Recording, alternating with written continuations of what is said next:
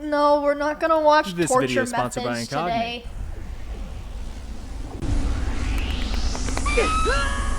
Oh boy, looks like the witch got you again. This time, you gracefully land in Independence, Missouri in the mid-1800s. Everyone's packing up and moving out west to seek their fortune in greener pastures, and you don't want to get left behind. Think you have what it takes to blaze the trail? Let's find out. Since you've just been thrown into this reality, you're only as good as the skills that you can provide. As we all know, there's only 3 kinds of people in this world: bankers, farmers, and carpenters. Nothing else. And thanks to good old democracy, you are now, a crafty carpenter. You enjoy getting hammered and occasionally nailed. You've got some solid survival stats and decent savings. Good choice. Not that it was yours anyway. Here's your complimentary wife and 2 adorable little cherubs to help you on the trail. Look how cute they are. Oh, Jesus. Your mission is to travel down the soon-to-be-famous Oregon Trail. Over 2,000 miserable miles of dirt, disease, and death, formally established in 1836 to help pioneers move out west. But why would I move out west, you might ask? Because you want to. But more importantly, the US government wants you to. Look, the eastern states are getting all congested, industrial, and smoggy. So the United States needs to do some good old expansion.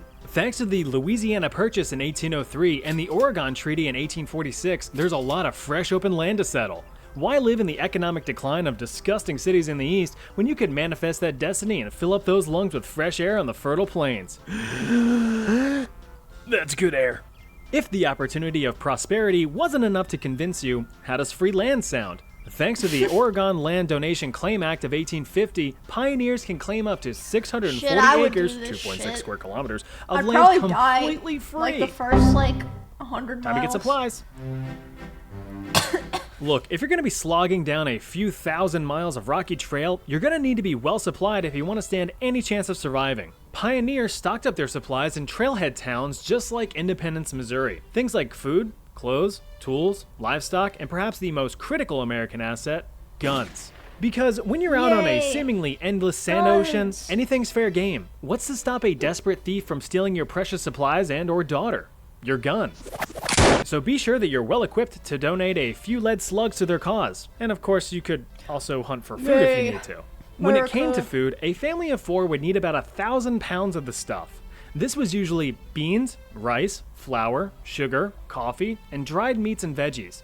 Don't forget your pots and pans and your fresh water barrel, or else you'll be washing down your salty deer jerky with a cup of dried rice. For tools, you're gonna need to be making repairs when stuff breaks, and stuff will break. Fuck did I just Since you're a carpenter and know how to carpent properly, you're set with a hammer, a saw, and an axe. And of course, you'll need some spare clothes, otherwise you'll be walking around with some breezy cheeks. In order to haul all of your stuff down the trail, you're gonna need a big ol' wagon. This sucker right here is a prairie schooner. Not as beefy as the heavy Conestoga wagons used for shipping freight, but you can still fit so many supplies and family members in this bad boy. With 4 ox power, tricked out wooden wheels, and a non-existent suspension, the kids will be uncomfortably wobbling down a trail at a spine-shattering 15 miles per day. You and your wife, however, will be getting your steps in the entire way. Every day is leg day on the Oregon Trail. So with a modest $800 to your name, you talk to the general store owner and place your order. Yes, sir, what can I do you for? Well, about 20 bucks, but I'm kind of looking for some supplies. Sure thing, take a look around. Yeah, can I get, what's a sponsor? No! That. Are you sick and tired of getting stupid spam emails or marketing calls from companies you've never done business with? I hate you! I know that in order to make these videos, I've had to navigate quite a few websites Holy shit, is this whole thing the sponsor? Research purposes. You up. You better get used to that wagon, because you're about to spend about 6 months in it. You've got almost 2,200 miles of trail ahead of you, but you're not alone. In fact, over 400,000 other pioneers are also making the trek. Just don't make too many friends, because you'll end up burying some of them along the way. All this just to go to LA? About 10% of those who hit the trail. Oh my god, for really streamers that move to LA, you could do the Oregon Trail. Many families opted to form traveling caravan groups consisting of dozens of wagons to support each other. But having so many people around inevitably led to disagreement. Hey, can you pass the beans? I don't know, can I? The fuck's your problem? So in order to avoid descending into complete chaos, leaders and officers were elected to direct the caravans, laying out agreed upon ground rules dictating what to do in certain events. So if grandma slips and takes a wheeler 50 to the spine, we all know who gets all of her stuff. Enjoy those dentures. Proper planning gave you those. These concrete rules were designed to prevent arguments down the line. But, of course, humans will be humans. I just wanted some beans. But you're a simple fella who makes simple decisions, so you're probably fine, right? What could go wrong? Being on the road for about a month now, you've passed through a few forts and landmarks, and besides a few snakes and your son hucking some stuff off of the wagon for fun, things have been going pretty well. Huh.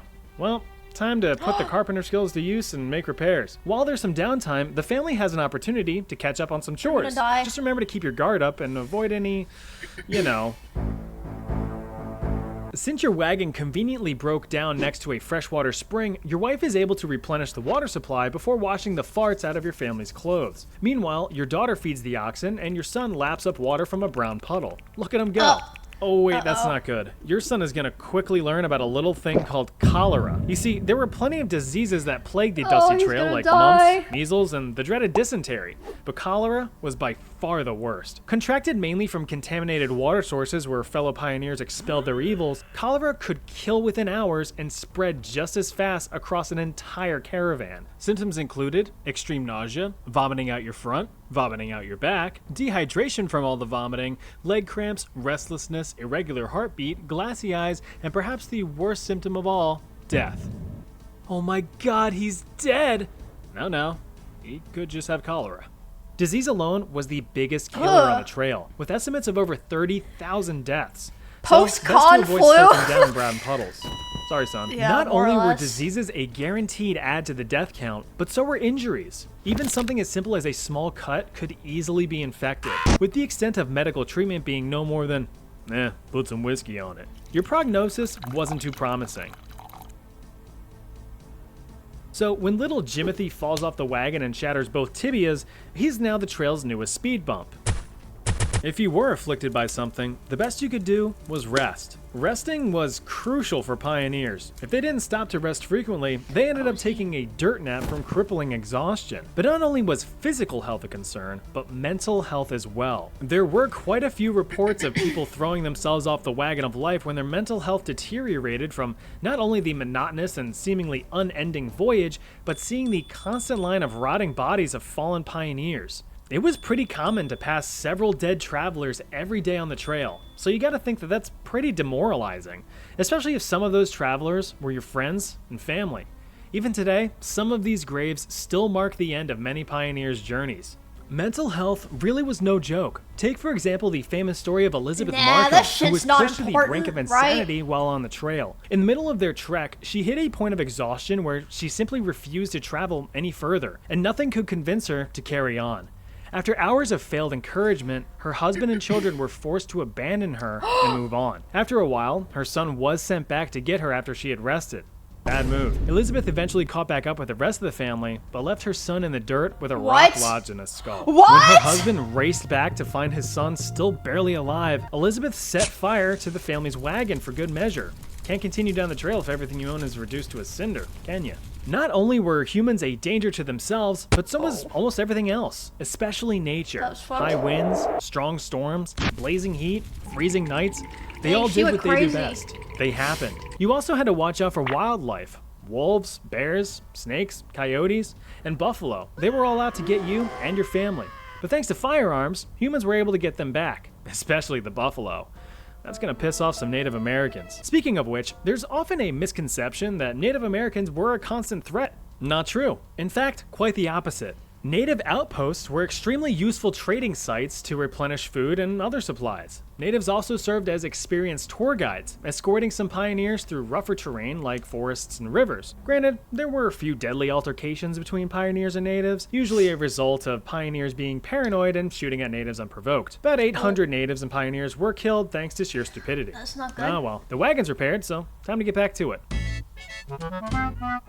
You continued traveling on for a few more months, passing by more forts and giant rocks, but things have been pretty quiet. And dead people. Wait, why is everything so quiet? Oh. they're probably fine. You then break out of your reminiscing when something catches your eye in the distance. There it is! The end of the line and a ticket to a new life. Oregon City. That's in Oregon. All that's left between you and salvation is a huge freaking river. The Columbia River. You can't exactly cross it, so you're gonna need to ford it. You waterproof your wagon, but you still need a raft to hold everything. Oh, but building a sturdy enough raft is just gonna be impossible, is what a non-carpenter would say. It's river time.